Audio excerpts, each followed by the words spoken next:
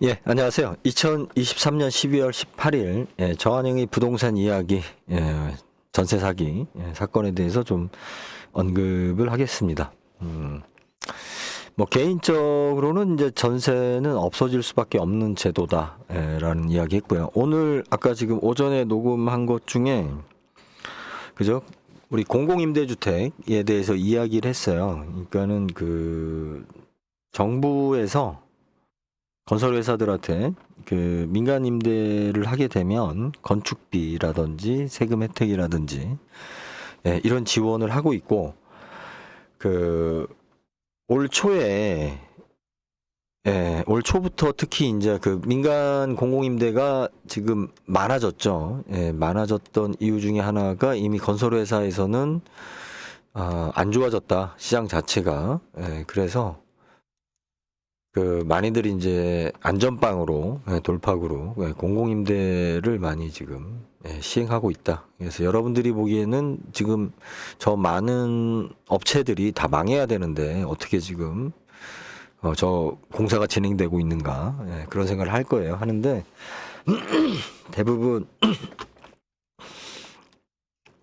정부 지원을 받아서 공공임대를 하고 있다. 그 얘기를 좀 했고요. 그래서 태영이 부도가 날 건가? 글쎄요. 유독 더 의식하니까 더 간질간질한 것 같아요, 목이. 그래서 지금 이제 전세 사기에 대해서 좀 언급을 할게요. 이게 뭐 제 입장에서는 맨날 하던 이야기니까 또 이걸 해야 되나 싶은데 또 알고리즘상 또 그리고 많은 사람들이 전세 사기를 일단 피해를 보니까 제가 종합 정리를 좀 하도록 하겠습니다. 일단은 최근 들어서 유튜버들 중에 부동산 전문가랍시고 또 전세 사기에 대해서 많이들 언급을 해요. 그런데 이 지금 전세 사기에 피해 보는 분들의 그 우리가 시점을 다시 이렇게 돌이켜 보면 벌써 몇 년 됐죠. 몇 년 전부터 이게 누적된 거죠. 계속 폭탄이 누적되다가 이제 지금에 와서 금리가 뛰고 대출 규제가 되면서 이제 터진 건데 제가 과거에도 많은 분들이 그 전세를 살려고 할 때 특히 이제 저한테 이제 상담 오는 경우 이제 제가 등기부등본이나 이런 걸 체크를 많이 좀 해드렸는데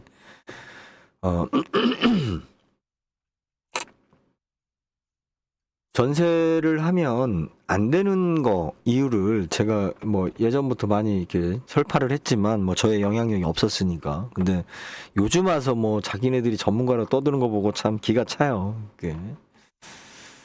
여러분들 그 무당이 하는 말을 듣고 야, 이 사람 위험하다. 이 사람 말을 듣겠다. 내가 정신적으로 이 사람 말을 의지하면서 살겠다라고 생각하는 순간 윤석열 짝이 나는 거예요. 그게. 왜? 그 사람이 어떤 공포나 두려움에 빠진 걸 이용해서 신뢰를 어디서 줘요? 과거 이야기를 해요. 점쟁이는 이 사람이 왔는데 미래를 예측을 정확하게 하고서 나를 믿어 이게 아니잖아요. 그죠? 이 사람이 말하지 않은 과거에 대해서 점쟁이가 알아맞혀요. 그러면 사람들은 관성적으로 우리 뇌가 믿죠. 야, 이 사람에 대한 신뢰가 생기는 거예요. 내가 말도 안 했는데 어떻게 나에 대해서 알까? 그리고 나서 미래를 제시해요. 그러면 이 사람이 말한 미래도 믿음이 가잖아요. 그죠? 과거를 보니까 미래를 가는. 이런 식으로 이제 많이 속이는데, 요즘 광고도 그런 식이잖아요. 앞에 그럴듯하게 광고 아닌 것처럼 정보를 막 이야기를 해요. 그러고 나서 나중에 쓱 광고를 이야기하죠. 예. 마치 그 같은 거인 것 마냥, 같은 신뢰를 갖게끔. 일단은 전세를 내가 왜 전세를 할 것인지를 생각해 봐야 됩니다. 전세가 가장 큰 이유가 뭐냐면 이게 괴리가 생긴 건데 전세 사기가 된 가장 큰 이유 중에 하나가 뭐냐면 일반 대출보다 전세 대출이 더 많이 나온다는 거. 그러거나 이자가 더 싸다거나. 그죠? 그런데 전세 사기가 몰린 물건들의 특징들이 뭐냐면 일반 대출이 안 되는 물건들이에요. 네? 아니면 우리 다가구 주택들이 일반 대출이 왜 어렵냐면 경매로 넘어갔을 때거나 이거 이제 그 권리관계나 뭐 이런 문제들 때문에 사실은 은행권에서 경매로 처분했을 때 돈을 많이 못 받는 물건이에요. 이게 다가구 물건들이. 그래서 은행권이 1금융권에서 대출을 잘 안 해주는 물건이 다가구예요. 그러다 보니까 다가구 주택은 제2금융권이나 제3금융권 우리가 이제 아유,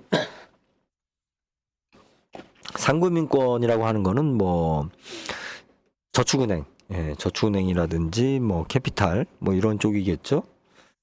이쪽 대출밖에 쓸 수 없는 거예요.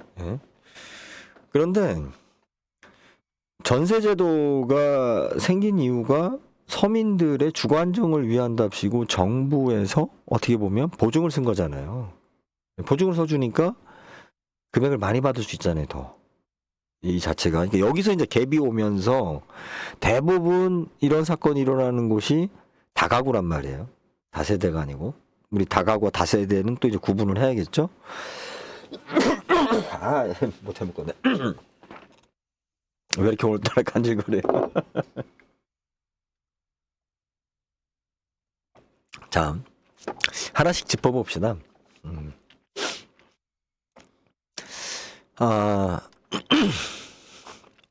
전세로 들어갈 때는 1금융권만 보면 돼요. 이제 지금 우리가 IMF 때하고 벌써 이제 20년이 넘었기 때문에 이제 전세라든지 뭐 임대주택에 대한 문제점들은 많이 그 어떤 틀이 잡혔어요. 틀이 잡혔기 때문에 내가 이게 깡통 전세가 될지 안 될지 기준은 뭘로 보면 돼요. 내가 1순위로 들어간다.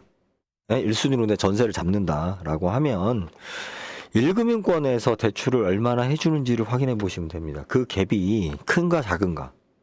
그러니까 대개 보면 이제 이런 얘기를 해요. 집주인이 돈이 많다. 그래도 믿어도 된다. 이 사람이 집이 많으니까 믿어도 된다. 부자다. 자, 이런 말 자체가. 그런데 우리가 부자라고 하는 놈들이 돈을 더 많이 떼먹어요. 잘 떼먹어요. 부자들이. 가난한 사람보다.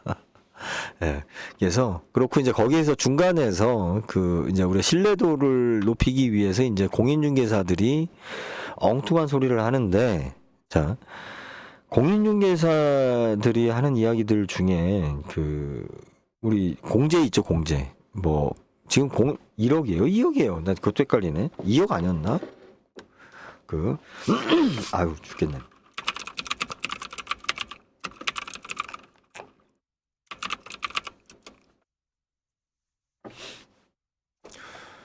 아, 2억이죠, 2억. 이게 공인중개사가 공제받는 금액이 중개사고에 대해서 2억까지 공제를 해줍니다. 그러니까 이제 뭐예요? 중개사가 사고를 치면 협회에서 보험을 통해 가지고 2억까지 배상을 해주고 어떻게 합니까? 나중에 이제 중개사한테 이제 구상권을 행사하죠. 너 때문에 이제 돈이 나갔으니 네가 갚아하고 이제 재판으로는 중개사한테 하는데. 제가 예전에 그 공인중개사들 그 교육받는 데에 제가 강사로 한번 초대받아가지고 몇 번 나간 적이 있었는데, 거기서 앞에 강의를 하시는 그 직무교육 강의를 하시는 분이 그런 이야기를 하더라고요. 개업하시는 분들한테. 개업하기 전에, 그죠? 자기 앞으로 되어 있는 재산을 다 없애라. 왜 그러냐면 중개사고가 나면 2억 배상이 들어오게 되면 구상권이라고 해서 뭡니까? 다시 청구하는 거죠. 보험회사에서 지불한 걸로 끝나는 게 아니에요. 보험회사가 다시 보험 들은 사람한테 다시 청구하죠. 돈 자체가. 예, 그런 것 같아요. 예. 근데 우리가 그때 문제가 뭐냐면 이게 대부분 사람들이 알고 있는 줄 알았는데 모르고 있더라고요. 뭐예요? 지금 여기서도 언급하고 있는데 뭐냐면 그 사람이 한 행동에 대해서 총 2억이에요. 총. 이 사람이 사고 친 거에 대해서. 이 사람이 계약을 100건을 했어도 2억이면 얼마입니까? 한 건당 200만 원씩밖에 보상을 못 받는 거예요. 이 사람이 100건을 사고를 쳤으면 이 사람이 한 건을 사고를 쳐도 2억이고 100건을 쳐도 2억인 거예요. 인별인 거예요. 이 사람한테 이 중개인이 사고 친 거에 대해서 보상을 받을 수 있는, 보상을 해주는 금액이 그 협회에서 2억이라는 거예요. 그래서 지금 왜 문제가 된 거냐면 이거 한두 건이 아닌 거야. 그래서 이 공제를 들었다 하더라도 개인들한테 줄 돈이 별로 없는 거예요. 금액 자체가. 의미가 없는 거지, 실질적으로. 우리 자동차 같은 경우는 어떤 식입니까? 내가 차를 10대를 소유하고 있었는데 10대가 다가 사고가 났어. 뭐 직원이 사고를 내든 뭐라든. 그런데 다 차별로 보험료가 나오죠. 그죠? 그리고 또 내가 가입할 때도 자동차별로 보험료를 내죠. 그렇잖아요. 차가 여러 대라고 해서 내가 하나의 보험으로 하는 게 아니잖아요. 그런데 중개사들이 계약서를 쓸 때마다 그 계약에 대해서 보험료를 냈다라고 하면, 계약서에 대해서 보험료를 냈다라면 계약서별로 보증이 되겠죠. 보장이. 하지만 이거는 연회비식으로 한 번만 내고서 내가 연간 내는 돈이 얼마인지 저는 제가 중개사가 아니니까 몰라요. 내는 걸로 끝내는 거지.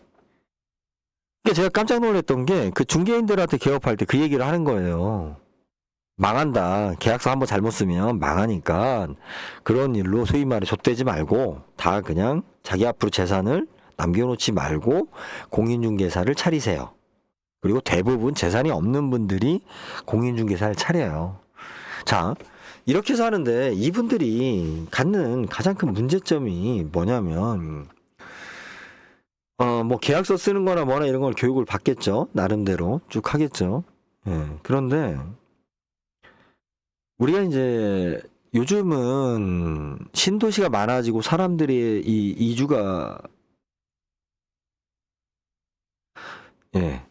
많다 보니까 이 사람에 대해서 잘 알 수가 없어요.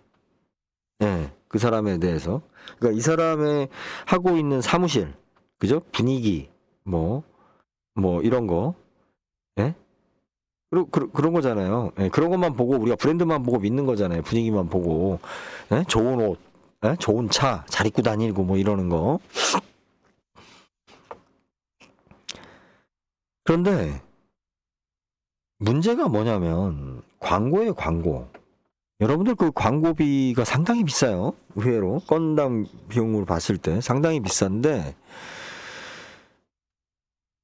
이게 그 광고를 많이 했었던 업체들의 거의 이 사고친 업체들이 광고를 안 했는데 여러분들이 찾아가서 그 사람하고 계약을 해가지고 그 사람이 이런 전세 사기식의 사건에 연루가 돼서 사기를 당한 게 아니라 이런 사건의 공통점이 뭐냐면 광고를 적극적으로 하는 업체였다는 거예요. 자기네들이 실적이 좋고 자기네들이 이 동네 꽉 잡고 있고 뭐 집을 몇 채를 새를 놓고 다 한다는 식으로 막 그렇게 굉장히 친절하고 되게 잘해. 야, 내가 이렇게 훌륭한 중개사를 만났구나 라고 하는 순간 당하는 거예요. 그죠? 네? 왜 돈 들여서 그렇게 광고를 많이 해요? 광고비도 안 나오게 그 수수료 가지고 뭔가 커미션이 있는 거야. 이게 집주인한테 받든 누구한테 받든 안가 뭐가 있든 돈이 되니까 보다 더 적극적으로 하는 거겠죠. 이거 자체가 유튜버 중에서 그 부동산 관련한 정보, 그러니까 특히 부동산으로 돈을 벌겠다라고 하는, 돈을 벌어준다라는 정보를 제공하는 업체들 전문가랍식으로 막 얘기하고, 특히 이제 무슨 뭐 교육, 그죠? 여러분들이 교육 받으면 돈을 벌 수 있어요, 부동산으로. 그리고 자기네들이 권하는 물건을 사면 뭐 요즘에도 할 수 있어요. 뭐 이런 사람들, 이런 사람들이 항상 그 사기의 중심에 있죠, 자체가. 자, 그런 광고하는 업체한테 항상 당한다는 거죠. 그러면 이걸 왜 사람들이 믿냐? 내가 열심히 발품을 팔아서 더 싸고 좋은 집을 찾는 거죠. 일단은 소비자 입장에서는. 그러니까 아무래도 비교 견적을 해봐야 될 거 아니야. 그러면 먼저 보는 게 뭐예요? 광고부터 볼 거 아니에요. 광고부터. 이 조건 좋네. 그죠? 여기는 조건이 좀 이래. 근데 좀 뭔가 의심은 가긴 하지만, 아니 뭐 무슨 일 있겠어? 뭐 다들 이렇게 하니까 여기서부터 이제 우리가 이제 뭔가 눈에 씌우는 거죠. 씌우는데, 자, 어디까지 사기고 어디까지 사기가 아니냐, 이걸 우리 한번 좀 생각을 해봐야 돼요. 지금 아까 기사 중에 그 전세 사기로 해서 역전세 난 돼가지고 내가 집이 서너 채 있었는데 그죠? 선호채 있었는데 전세 보증을 못 내줬어. 그러면 세입자 입장에서 봤을 때는 야 이거 사기야. 왜 돈 못 줘? 예? 대부분은 사기가 아니에요. 예, 대부분은 이게 참 사람들이 웃긴 거예요. 우리 상식으로 생각해 봅시다. 내가 집값이 1억인데 전세로 8천만 원을 줘. 그러면 당신은 8천만 원 받아서 돈 없이 집을 사지 않았냐. 자, 그 대가로 이 사람은 뭐예요? 집주인으로서 의무가 생기죠. 보일러도 고쳐줘야죠. 싱크대도 고쳐줘야죠. 그리고 세금 내야죠. 뭐 연금이나 의료보험이나 관련해서도 내가 재산이 있으면 또 거기에 마땅하게 또 돈을 내야죠. 예? 취득세 등록세도 냈지만 내가 또 그 물건에 대해서 계속 현장 유지해야죠. 그러면 장기적으로 봤을 때는 그 집값이 올라가면 되잖아요. 그죠? 올라가면 너는 투자한 거고 나는 투자 전에 전세로 들어온 거야. 자, 이 방식은 이미 7, 80년대의 기준인 거고 지금은 어때요? 지금에 짓는 집들은 과거에는 땅하고 건물하고 1대1이었어요. 1대1이었기 때문에 시간이 지나면 어떻게 됐든 땅값이 우리나라 성장 시기였으니까 땅값도 올랐고 건물 가치가 떨어진다 하더라도 땅값이 결국은 역전을 했죠. 그런데 지금은 지분이 되게 낮아요. 땅 지분이 되게 낮고 없어지는 건물만 금액이 크죠. 우리 지금 서울에 짓는 모든 아파트들의 특성은 뭡니까? 땅이 주는 그 아파트에 대한 건축에 대한 비용은 그렇게 크지 않아요. 땅값은 지분이 적기 때문에. 문제는 뭐냐? 이 땅이 있어야 허가를 나는 그 허가 내는 비용. 허가 내는 비용하고 이 땅을 담보로 해서 3년 동안 건축을 하기 위한 그 자금을 조달한 비용. 그리고 이걸 분양하기 위한 비용. 이런 것들이 건축값하고 플러스가 돼서 땅값인 것처럼 플러스가 돼서 그 아파트라는 상품이 만들어진 거예요. 이게. 물론 땅으로 시작했지만 땅이 실질적으로 차지하는 비중이 지분이 낮다 보니까 적다고요. 이 건물 자체만으로 평가를 해야 된다고. 건물 자체로만. 그러면 이거는 순수한 그 상품인 거예요. 상품. 부동산하고 좀 다른 거예요. 무조건 보유만 하고 있으면 올라가는 땅값하고 다른 거죠. 시간이 지나면 건물이라는 것은 유통기한이 있단 말이에요. 제가 한 유명한 말, 이제 나중에 유행이 될 겁니다. 건물의 유통기한과 사용기한을 우리가 구분해야 돼요. 유통기한이란 건 매도나 매매가 될 수 있는 형태에 대한 기한인 거죠. 이 건물 자체가. 그 효용성이 있어서. 사용기한은 내가 사용을 할 수 있지만 아무도 이걸 살려고 하지 않아요. 사용은 할 수 있지만 아무도 살 수 없는 사용기한이 있는 물건. 자, 이렇게 좀 나눠지는데 전세는 둘 중에 하나란 말이에요. 유통기한이 있는 물건에 내가 전세를 들어가는 거. 이거는 이 사람이 매각에 대한 이익이 있기 때문에 전세가 이 물건값의 50% 이하가 돼도 상관이 없어요. 이거는. 그런데 사용기한만 남은 물건이요. 이거는 어떤 걸 생각해야 되냐면 때로는 건물값보다 전세 금액이 더 비쌀 수도 있는 거예요. 이 현상은 지방에서 이미 과거부터 많이 나타났어요.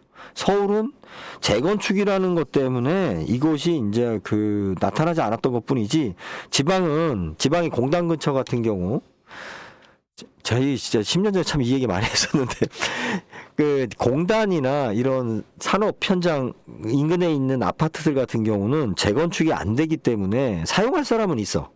그런데 아무도 거기에 그 사용하는 사람이 그 집을 사고 싶진 않아요. 왜? 여기서 돈을 벌고 나가고 싶은 거지. 내가 이 직장이 가까우니까 여기를 선택한 거지. 이 집을 사고 싶은 생각이나 투자성이 아무것도 없어요. 그러니까 유통기한은 이미 끝난 집이야. 사용기한만 남은 거예요. 근데 뭐 저 돈이면 그냥 내가 사용을 하고 싶어. 이런 집들이 매매 가격이 5천만 원인데 전세값이 6천이었다니까요. 10년 전에도. 이런 집들이 많은 거예요. 이런 집들이. 이런 집은 뭐예요? 내가 보증금을 못 빼요. 집주인이 다른 세입자를 못 구하면 못 빼는 거야. 그 대신에 나는 싸게 살았잖아요. 나는 싸게. 그래서 이런 집들은 들어갈 때 최악의 경우 어떤 생각을 해야 되냐면 안 되면 내가 이 집을 떠날 수도 있겠구나. 아니면 금전적으로 손해볼 수도 있겠구나. 근데 대부분은 그 대항력이 있기 때문에 집이 안 팔리고 그냥 버티다 하다 보면 그냥 내가 그 전세 기간이 좀 길어지는 거죠. 예, 크게 그 어차피 안 나가면 되니까 예, 안 나가고 그냥 살면 돼요. 살기 싫어도. 예. 예. 그렇죠. 사용계약과 유통기한. 그런데 제가 첫 번째 이야기한 유통기한이 남은 집, 분양받고 얼마 안 된 집들 같은 경우는 일시적인 자금난 때문에 전세 금액이 되게 작게 잡히죠. 예, 작게 잡히는데 이제 이 경우는 이제 후순위냐 선순위냐에 따라서 이제 안정성의 문제는 되겠지만 되게 이제 이런 거는 다 선순위가 많기 때문에 물론 이제 10억대 이상 넘어가면 선순위가 어렵죠. 하지만 10억대 이하의 물건들은 크게 사고 날 게 없어요. 이게 대표적인 게 뭐예요? 아파트예요, 아파트. 그래서 아파트 같은 경우는 우리가 깡통 전세는 나와도 전세 사기가 되는 경우가 거의 없어요. 아파트 같은 경우는. 예, 왜냐하면 이제 단지 규모가 있으니까 어떻게 됐든 유통기한이 좀 있죠. 예, 자체가. 근데 문제는 뭐냐면 유통기한이 없는 물건. 이게 이제 전세 사기에 해당되는 물건들이에요. 이 물건들이. 그러니까 도저히 매각하려고 해도 살 사람이 없어. 예. 그런데 집으로서는 그냥 뭐 가능해요. 그러니까 전세를 놓고 일단 돈을 빼자. 이게 이제 전세 사기의 이제 시초예요. 이게 10년 전쯤에 예. 저는 실현한 적이 없어요. 제가 이제 이런 거와 관련된 거는 진짜 단 한 번도 없었으니까. 근데 몇 번 상담을 해줬어요. 예. 이거에 대해서 어떻게 해결하면 좋냐. 아니, 그냥 전세 나라 이빠이. 그리고 불안하면 바지 세워놓고.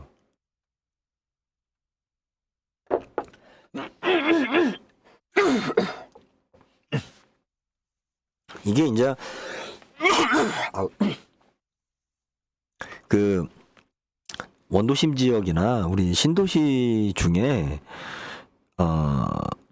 빌라라고 하죠. 보통 빌라라고 하는 그러니까 다가구 주택 형태가 좀 많아요. 다들 보면 예, 연립주택이라든지 뭐 이런 게 아니라 거의 대부분의 소규모 소규모 다가구 주택이 많은데 다가구 주택 같은 경우는 그 방마다 세입자들의 계약을 잘 모르잖아요. 그 이제 몇 세대 안 되더라도 그러니까 이걸 이용해 가지고 이제 과도한 전세금을 보증금을 받는 거죠. 예. 그러니까 유통기한이 안 되는, 그러니까 유통이 시중에 안 되고 이제 사용기한이 남은 물건들인데 이 물건들이 이제 왜 많아졌냐? 예, 이걸 우리가 한번 생각해 봐야 돼요. 예, 그게 뭐냐? 정부에서 그 보증을 해줬잖아요. 전세금에 대해서. 그리고 아까 같이 공공임대라든지 뭐 민간임대 뭐 이런 주택들, 그러니까 우리가 액수가 큰 집들 같은 경우는 사람들이 어디로 들어가요? 아파트 중에 그 장기 그 민간 임대라든지 뭐 이런 것에 많이 들어가죠. 그러니까 대부분 젊은 청년들이거나 우리 아주 영세한 사람들은 또 해당도 안 돼요. 어차피 뭐 그 최상위 계층이라고 하는 분들은 그냥 보증만 가지고 예, 그 들어가서 이제 하는 거니까 자기가 원금 내는 게 아니니까. 그런데 이제 우리 이제 소규모 주택에서 이제 이런 일들이 비일비재하게 옛날부터 많았죠. 예, 옛날부터 많았어요. 많았는데 이번에 왜 많이 터졌는가? 그걸 생각해 봐야 돼요. 그러니까 10년 전에도 그런 빌라나 이런 거 가지고 그 과도하게 이제 그 내가 그 건물의 대출을 속이고 사람들한테 전세 금액을 많이 받아서 이제 못 돌려줘 가지고 그 이제 원래 그래서 특별법이 생긴 거잖아요. 그죠? 주택임대차 보호법이 생긴 이유가 뭐냐면 보증금을 못 내주는 경우가 자꾸 생기니까 이거는 절대적으로 보장을 해줘라고 해서 우리가 특별법으로 주택임대차법이 생겼고 거기에 대해서 그 우선 변제권을 받는 그러니까 보증금 얼마까지 돈을 미리 받는 것을 법으로 강제했죠. 법으로 강제하다 보니까 계약 자유의 원칙을 어긴 거죠. 이게 좀 약간 약자를 보호한답시고 강제를 해놨단 말이에요. 그러다 보니 은행에서 정상적인 대출을 더 안 해주게 된 거예요. 이걸 여러분들이 아셔야 돼요. 특별법이라고 해서 그러니까 세입자들을 보호한답시고 주택임대차보호법이 강화되면서 실질적으로 이 물건에 대한 정상적인 대출이 불가능해진 거예요. 이게. 그러니 이 건물을 지은 사람들이 어떻게 해야겠어요? 오히려 거꾸로 은행에서 대출을 정상적으로 못 받다 보니까 어쩔 수 없이, 그죠? 이 건축비니 뭐니 이걸 마련하기 위해서 사람들한테 이제 돌려막기 식으로 보증금을 땡겨 쓰는 거죠. 계속. 심지어는 건축허가가 안 났는데 벌써 입주를 해요. 예? 그러니까 우리가 생각하기에는 임차인을 보호한답시고 만든 법이 왜 전세 사기의 근간이 됐는지, 그러니까 정상적인 금융 서비스를 못 받게 된 거예요. 이게 그 다가구 주택들이, 빌라나 아파트는 과도하게 금융 지원을 받게 된 거고, 그죠? 이런 거잖아요. 그러니까 사실은 정상적으로 봅시다. 은행 담보 대출을 집주인이 받아서 건물을 짓고, 내가 땅이 있었으니까 건물값을 은행 대출을 줘요. 짓고 거기에 내가 이자를 내고 있지만 월세를 받아서, 그죠? 이자를 세이브하고 내가 투자한 비용을 빼면 되잖아요. 이게 정상적인 시작인 거예요, 이게. 그런데 은행 대출이 어려워진 거예요, 점점. 이게. 내가 건물을 지을 때는 얼마까지 대출이 된대. 그러더니 나중에 시간이 지나니까 대출이 안 나와. 그러면 건물 짓던 사람은 어떻게 돼요? 아, 큰일 났네. 그럼 어떻게, 일단 보증금이라도 받아가지고 건물을 져야지. 이제 여기서부터 시작이 된 거예요, 이게. 그런데 요거를 가만히 쳐다보던 애들이, 야, 요거 안 팔리는 거 내가 사가지고 요렇게 전세금을 땡기면 되겠다. 그러다 집값이 올라서, 아니면 어떤 걸 두고 계산나요? 아니, 세입자가, 내가 이 건물이 10억인데, 그죠? 10억인데 보증금을 10억 받고 월세를 받으면 이거 나 갭 투자네? 내 돈 안 들이고 월세가 얼마 생기네? 이렇게 되잖아요. 예? 이걸 누가 했겠어요? 경매하던 애들이에요. 경매하던 애들이 이 수익 계산을 해보니까 나중에 사람들한테 팔 때도 어떻게 팔아요? 자, 내가 보증금을 10억을 받았어요. 이걸로 건물을 졌어. 건물값을 다 쳤어. 그리고 월세가 한 1,000만 원 생겨. 예? 여긴 전세도 있을 테고 월세도 있을 테니까 1,000만 원 생겨요. 그러면 어차피 내 돈은 다 뺐고, 그럼 나는 이거 매각에 얼마에 내놓겠어요? 연 1억 2천이 생기잖아요. 연 1억 2천이 생기면 제가 여기다 20배 하라고 그랬잖아요. 그죠? 그럼 보증금 10억에 월세가 매달 1,000만 원. 이거 좀 높게 잡긴 했지만, 그러면 이거를 매각에 내가 30억에 팔아도 사는 사람한테는 연 5% 수익이 된다, 이렇게 얘기할 수 있는 거예요. 이렇게 팔 수 있는 기회가 된 거야. 이게 이 계산이 맞거든. 지가 해보니까. 네? 그러니까 처음부터 사기를 치려고 한 게 아니라 이렇게 했는데 막상 월세를 놔보니 무슨 문제가 생겨요? 공실이 생기잖아. 그리고 내가 생각한 것처럼 사람들이, 들어온 사람들마다 보증금을 깎어, 월세를 깎어. 자꾸 이런 문제가 생기니까 계산이 좀 안 맞네? 그러니까 어떻게 해요? 이게 남긴 남은 거 같은데 뭔가 안 맞아. 에? 자꾸 그러니까 이제는 이제 자기 합리화를 시키면서 이제 발전해 가는 거지. 이제 사기로 점점 가는 거지. 에? 이게 처음서부터 사기로 간 게 아니에요, 이게. 응? 갭 투자라는 건 뭐예요? 갭 투자라는 건 내가 그 기회비용상, 그죠? 이 건물을 짓는데 10억이 들어가는데 내가 어떻게 됐든 조달을 하면 세입자들한테 보증금을 다 받으면 보증금으로 10억이 될 수 있어. 그럼 나는 월세만 받으면 돼. 야, 이거 돈 남네? 이렇게 처음에 생각을 한 거라니까요, 다. 에? 그러면 보증금과 월세가 밸런스가 맞아야 될 거 아니에요. 이게 자기가 계산한 대로. 그런데 어떤 일이 되냐면 사람들이 반전세 정도라든지 보증금하고 대출하고 뭐하고 세이브하고 월세하고 이렇게 좀 그러니까 유동자금이 남아야 되는데 다 싸게 전세로만 들어오려고 하는 거예요, 싸게. 왜? 전세 대출을 해주니까. 예? 월세로 정상적으로는 안 나가고 전세로만 들어오려고 하는 거예요, 사람들이. 그러니 집을 진 사람은 돈을 남길 데가 없는 거예요. 이제 돈이 급하니까 일부 전세를 놓는 거죠. 일부를 전세를 놓는데 이게 지금 보증금 플러스 대출 플러스 집값이 넘어가는데도 넘어가는데도 수입이 안 나오니 어쩔 수 없이 자꾸 조금씩 속이기 시작하는 거야 이게. 예? 근데 여기서 요거를 대부분 사람들은 야 내가 나이 먹어서 갭 투자를 해서 월세 좀 벌어보겠다라고 했는데 야 이거 잘 안 되네.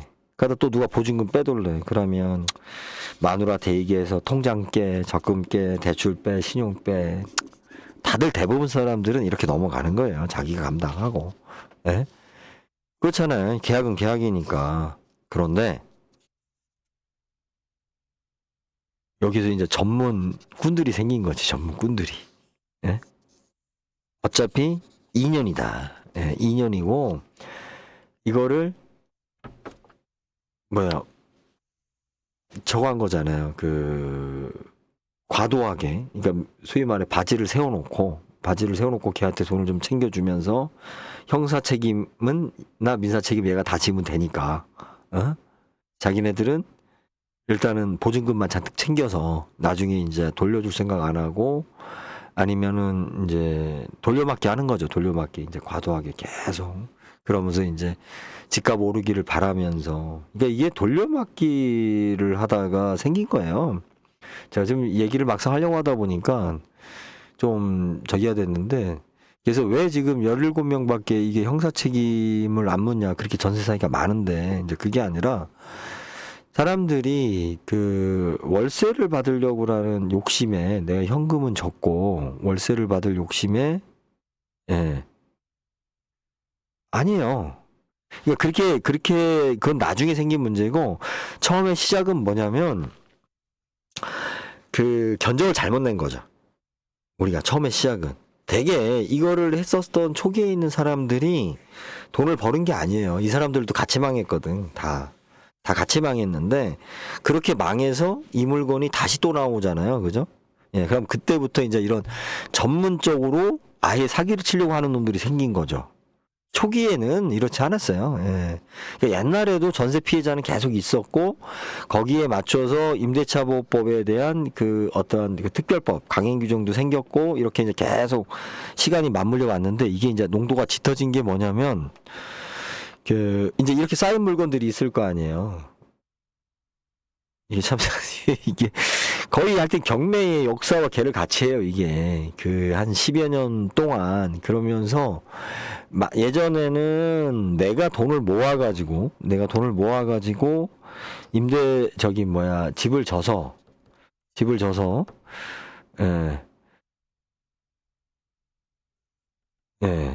집을 져가지고 내가 임대 수입을 생각하는 그 노후의 자금 내가 어느 정도 목돈 비율이 컸단 말이에요. 왜 목돈 비율이 컸냐면 은행 대출을 그죠?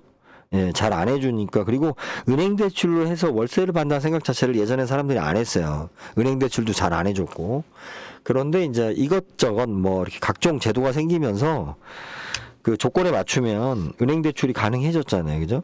그래서 처음에 우리 PF처럼 은행 대출로 해서 집을 짓고 그리고 내가 이 원금을 갚을 게 아니라 자, 사람들이 전세를 많이 내니까 보증금을 많이 내니까 이걸로 해서 내가 건물값을 충분히 세이브 하겠구나 라고 해서 그죠? 예, 전세를 놓기 시작한 거죠. 갭 투자가 된 거예요.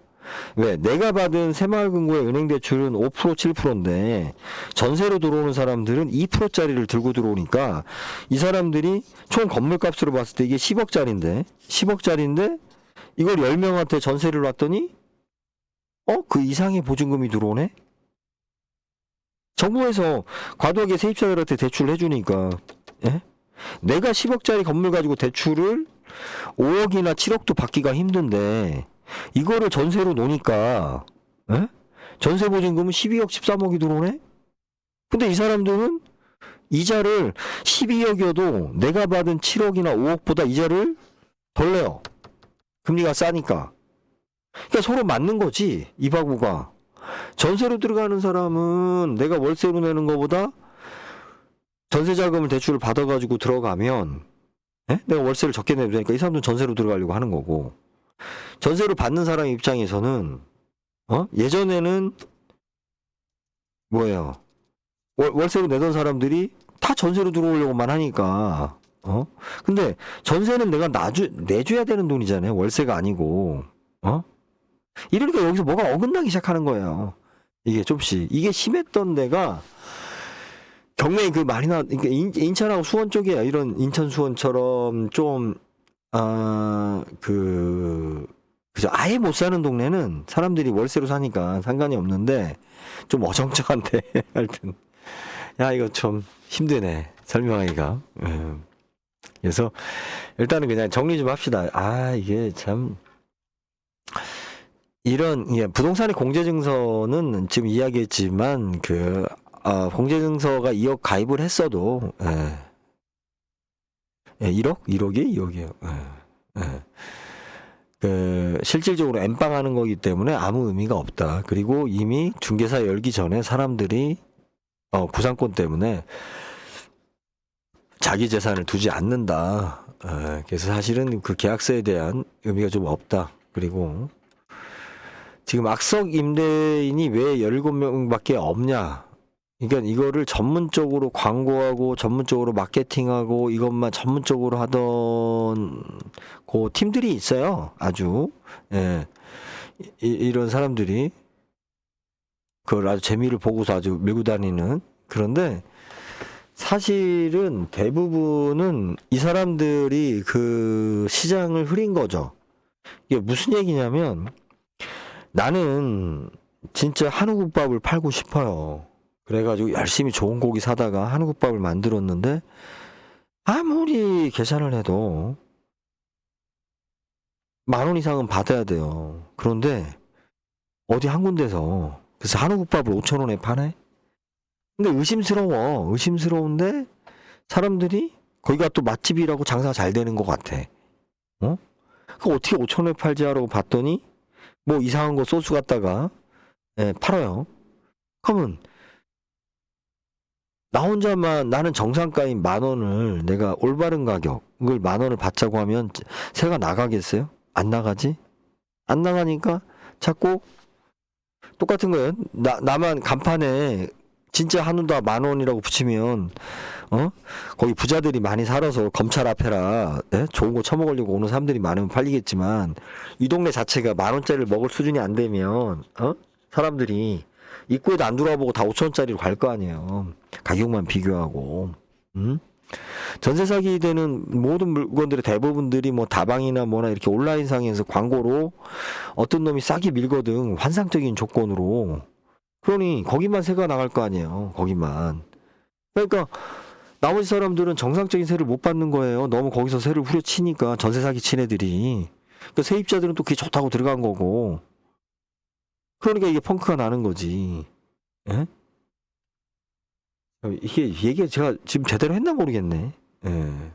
그러니까 전세 사기꾼들 때문에 전세 시장이 쌌던 거예요. 전세가. 그리고 대부분 사람들은 그렇게 해서 유지가 안 돼서 공실이 되거나 마지못해 손해보고 임대를 놓은 사람들이 더 많아요. 예. 손해를 보고 임대를 놨는데 또 그래 더 문제가 되니까 또 돈이 더 안 돌아.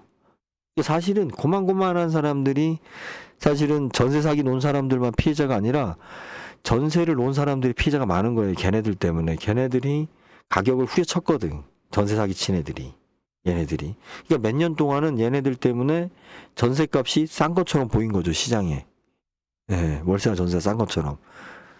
얘네들이 가격을 사기치는 애들이 정상 가격으로 전세를 놨겠어요? 물건에 비해 더 싸게 놓지? 예. 근데 그게 속인 거니까 가능한 거였죠. 전세 보증금을 내줄 생각이 없으니까. 내줄 걸 생각하면 그 가격에 세를 못 놓죠. 그러니까 얘네들 때문에 계속 반복하는데 얘네들 때문에 정상적인 전세 시장이 무너진 거죠. 예. 근데 피해자가 양산되고 있는 걸 어떻게 해요? 제가 이야기했잖아요. 전세 사기 사건에 문제가 된 거는 그 원흉을 만든 거는 주택임대차보호법이에요. 예, 그것이 왜곡된 임대시장을 만든 거예요. 그리고 그것이 왜곡된 우리 부동산의 갭 투자를 만든 거예요. 주택임대차 보호법이. 1억짜리 집을 대출을 얼마에 줘요? 1억짜리 집을. 1억짜리 집 대출 얼마에 줄 것 같아요? 1,000만 원도 안 해준다니까. 그러면 1억짜리 집 가지고 있는 사람들은 내가 가지고 있는 집이 유일하게 가장 저리로 받을 수 있는 담보 물건이에요. 그런데 주택임대차보호법 때문에 반공제를 한답시고 1금융권에서 대출을 1,000만 원도 안 해준다니까요. 그럼 2금융권으로 가야 되는 거예요. 2금융권 이자가 비싸잖아요. 그럼 2금융권에서 이자를 받았어요. 그럼 이걸 세이브할 수 있는 방법이 뭐예요? 전세를 놓는 것밖에 없는 거예요. 전세를 놓으면 전세로 들어오는 사람들은 더 싼 이자로 들어오니까. 이자 자체가 이게. 그런데 문제는 뭐냐면 이걸 악용을 해서 사기를 치는 놈들이 있으니까 내가 이걸 전세를 놔도 1억짜리면 8천이나 7천은 받아야 되잖아요, 전세로. 그런데 어떤 놈이 5천에 세를 놔요, 전세로. 그럼 내 입장에서는 5천에 전세 놓으면 나도 가서 살 데가 없는데 돈을 빌릴 수 있는 방법이 없는 거예요, 이 사람들은. 근데 소비자들은 아니 저거보다 더 좋은 집이 전세가 5천인데 당연히 안 들어오겠죠. 그러니까는 그 사기치는데 걔네들한테 갔겠죠. 얘네들이. 예? 시장 자체가. 시장을 비정상적으로 왜곡시키는 데 있어서 서민을 위한다라고 한 주택임대차보호법이 사실은 원흉이에요. 이게 논리적으로 안 맞아요. 그것 때문에 지금 현재 저가의 집들이 시장에서 완전히 개무시당하는 거예요. 저가의 집들이. 연립 빌라 단독주택들이 대출 못 받아서 다 이게 경매로 넘어가게 되는 거예요, 이것들이. 그럼 경매를 싸게 먹은 놈들이 싸게 먹은 데다가 자기네들의 이익을 배가시키기 위해서 또 전세 사기 쓰는데 쓴 거예요, 이게. 예? 이게 반복된 거예요. 부자들, 왜 비싼 집들은 왜 이런 피해가 없어요? 왜 없겠어요? 주택임대차보호법 같은 경우는 비싼 집들은 실질적으로 영향을 안 받아요, 대출 받는데. 주택임대차보호법 때문에 영향을 받는 집들이 대개 보면 우리가 그냥 아둥바둥 사는 사람들. 우리 이제 지방 같은 경우는 3억 이하. 그죠? 예, 1억, 읍 단위는 1억 이하. 예, 서울이 3억 이하. 예, 집들이. 특히 대출 못 받아요. 1금융권 대출을. 그놈의 주택임대차보호법 때문에 반공제하는 바람에 그러니까 더 비싼 금리를 내몰리는 거죠. 이 사람들이 정상적으로 월세를 못 놓는 거예요. 다가구 주택이 왜 문제냐? 다가구 주택에 대출을 안 해준다니까요. 국민은행에서. 왜 안 해주겠어요? 주택임대차보호법 때문에요. 반공제를 해야 되니까. 반공제 방마다 최저 보장되는 금액이 있잖아요. 그 금액을 절대 보장되는 금액을 다 빼고 나면 어떻게 돼요? 자기네들 채권 보장이 안 되잖아요. 그죠? 세입자를 보호한답시고 법으로 강제해 놓은 것 때문에 은행에서 봤을 때는 내가 돈 빌려줘봤자 장난치면 세입자한테 돈 다 떼이는데 세입자들이 돈 먼저 가져가면 나는 돈 못 받잖아요. 그러니까 은행에서 대출 안 해준다고. 네? 이 주택임대차보호법이 과거서부터 있었지만 강화된 게 IMF 때. 그죠? 자, 지금도 마찬가지예요. 지금도 전세로 들어오는 사람들을 피해자라고 놓고 자, 이 사람들을 보호한답시고 약을 쳐봐요. 법을 만들어봐요. 그러면 또 반대로의 피해자가 생기는 거예요. 왜? 이 사람들한테 돈을 갖다 지원해주면 세금을 낸 사람들이 국민들 다수가 피해자가 되는 거고 세금을 이 사람들을 보장해주게 되면 아니면 제도로서 이 사람들이 돈을 떼이지 않게끔 전세제도에 대해서 절대권을 부여하게 되면 그죠? 다른 금융 시스템에서 정상적으로 대출을 못 해주는 거예요. 전세권이 뭐 무조건 우선이라는데 전세권 있는 집에 내가 뭐하러 돈을 빌려줘요. 내가 채권 확보가 안 되는데. 시장을 왜곡시켰다니까요. 주택임대차보호법이. 이 이야기만큼은 여러분들이 한번 좀 해봐야 돼요. 지금 전세 사기니 뭐니 다 뭐 이야기하는데 다 헛소리예요. 이 뒤에 숨어 있었던 이 원흉은 뭐냐? 주택임대차보호법이라니까요. 예? 그냥 그죠? 과도하게 아니 그렇잖아요. 왜 세입자 집 없는 사람한테만 돈을 싸게 이자를 지원해줘요? 그러니까 왜 명의도용이 왜 생기는 거냐면 내가 집주인인데 내가 대출을 받는 것보다 세입자가 전세자금을 대출을 받는 게 싸요 이자가. 그럼 어떻게 하겠어요?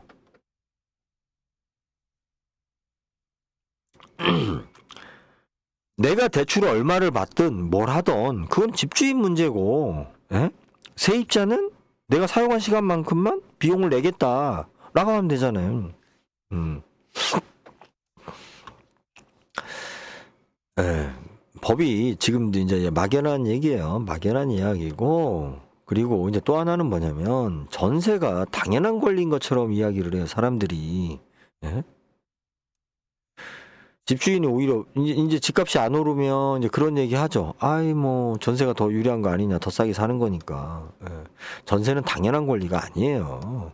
전세 제도가 나온 이유는 뭐예요? 제가 전 시간에도 이야기했지만 우리나라 금융 시스템이 제대로 안 되어 있었기 때문에 그거를 담보성으로, 전세는 내가 그걸 담보로 하는 거잖아요.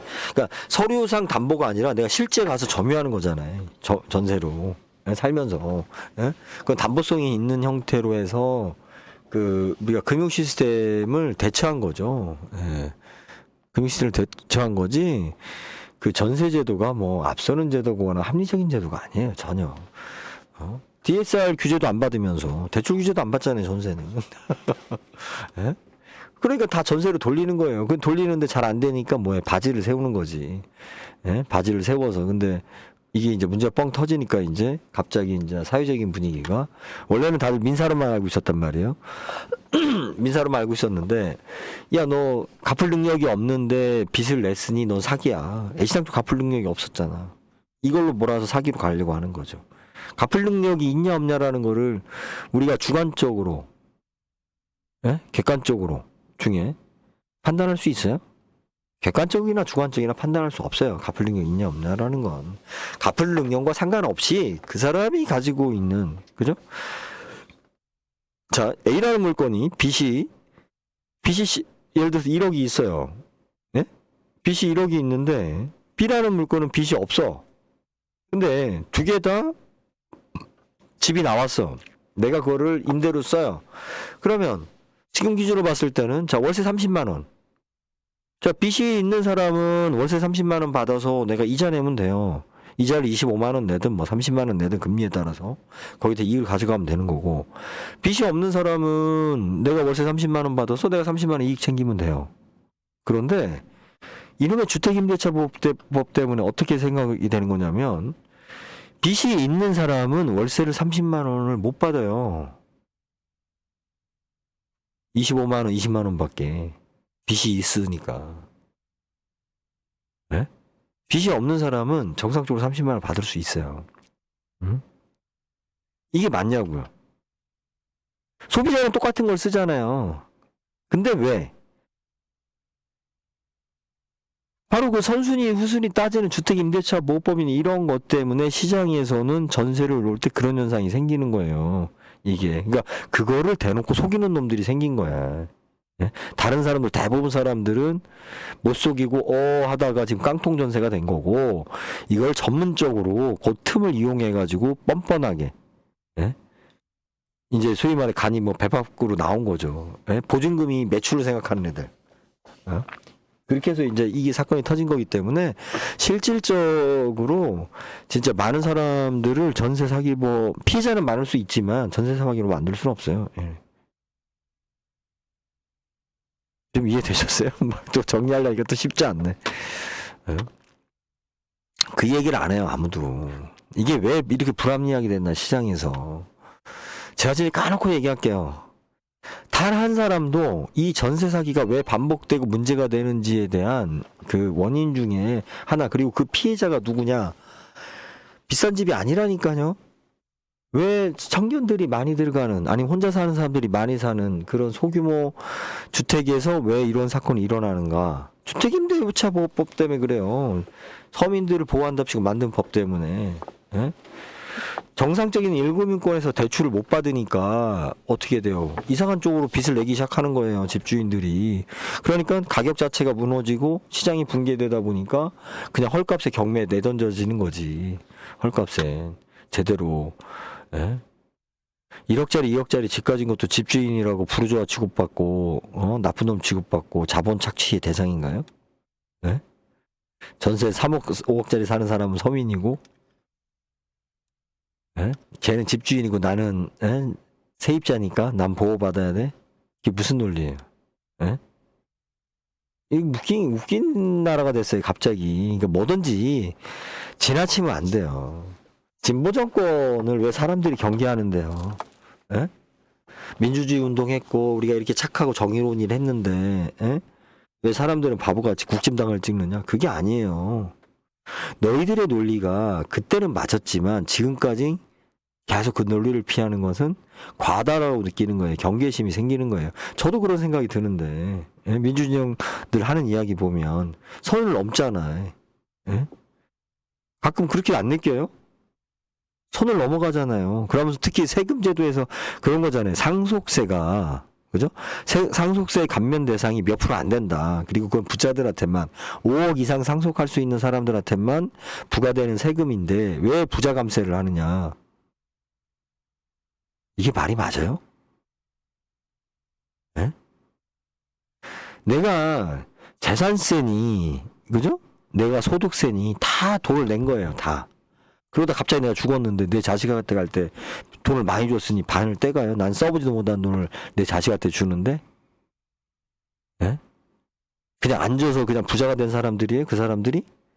과거에 일제 때나 우리가 권력과 아니면 그런 지주계급, 절대 권력을 가졌었던 왕족이나 이들에 대한 그들이 진짜 돈 많은 자들이 설쳤을 때는 상속세라는 게 없었어요. 그들이 권력과 돈을 다 가지고 있었기 때문에. 근데 그때 100년 전에 논리 가지고, 예? 마르크스의 예? 그때 논리 가지고 그때부터 6.25 때부터 예? 그때 공산주의 태동 때부터 가지고 있었던 논리 가지고 지금 우리들한테 그루밍 시킨 게 뭐예요? 야, 부자들 1%밖에 안 돼. 쟤네들 세금 깎아주는 법을 왜 만들어야 돼? 잘못됐잖아요. 예? 내가 열심히 일해서 자식한테 주는데, 예? 그잖아요. 내가 그 돈을 얻을 때, 과거에는 상속세가 없을 때는 그 돈 얻는 거 자체도 그냥 왕족으로 태어났다는 이유만으로 조선시대 때 이씨 집안에 태어났다는 이유만으로 상속세를 안 냈다고요. 뭔 상속세를 내? 어? 그러다가 우리 일반인들이 우리 이제 소위 말 시민들이, 서민이 아니라 시민들이 돈을 축적하고 모으기 시작하니까 국가가 어떻게 해요, 이제는? 이거 봐라? 아, 얘네들도 이제 돈을 모으네? 이 새끼들? 귀여운 새끼들? 그러니까 상속세를 때리는 거예요. 자, 5억이 20년 전에도 5억이었고 지금도 5억이에요. 기준점이. 자, 5억이 20년 전에는 어마어마한 돈이니까 나의 언급 대상이 아니야. 아씨, 부자면 돈 내야지. 다들 찍소리 안 하고 냈어요. 예? 그런데 집 한 채 갖고 있으면 지금 5억이야. 참네. 상속세 한번 이제 당해보세요. 이제 물가 올라가고, 예? 스태그플레이션 계속되고, 화폐 가치 떨어지고, 예? 이렇게 계속 가다가 이제 세금 내보면 안 되니까 이게 이제 그제 와서는 이제 상속세가 문제 있다고 떠드는. 그러니까 그지 새끼처럼 사는 거지. 예, 그러니까 빨갱이 소리 듣는 거죠. 상속세를 부과할 이유가 뭐냐고요. 내가 소득이 만약에 몇 억이야. 그럼 뭐야, 세금 거의 50% 세금 내요. 연예인들 거의 보면 50% 가까이 세금 내요. 5억 넘어가면 다. 연봉이 1억 밑에니까 우리는 별 생각이 없죠. 연봉 5천만 이상만 넘어가 보면 알잖아요. 세금이 얼마인가. 이게 세금이 얼마나 급하게 올라가는지. 예? OECD 가입국 중에 만만치 않은 수준을 우리도 낸다고요. 그렇게 해서 내가 안 쓰고 모은 돈이야. 안 쓰고 모은 돈. 내 자식한테 지금 줄 돈이었는데 얘가 학원을 안 간대. 그래서 내가 놔둔 돈이야. 예? 얘가 유학 안 간대. 그래서 놔둔 돈이라고요. 아니면 예? 내가 자식이 하나밖에 없어서 예? 놔둔 돈이야. 근데 갑자기 죽었어. 출근하다가. 예? 상속세 내래. 내가 농사만 짓고 있다가 이 땅값이 예? 우리 아버지가 농사 지을 때는 1,000만 원밖에 안 했어. 근데 뭐가 들어서 하더니 이게 한 10억 간대. 근데 난 농사 짓고 싶어. 예? 우리 아버지가 안 팔아먹고 열심히 농사만 짓다 나한테 물려줬어요. 근데 10억이니까 세금 내래요. 3억.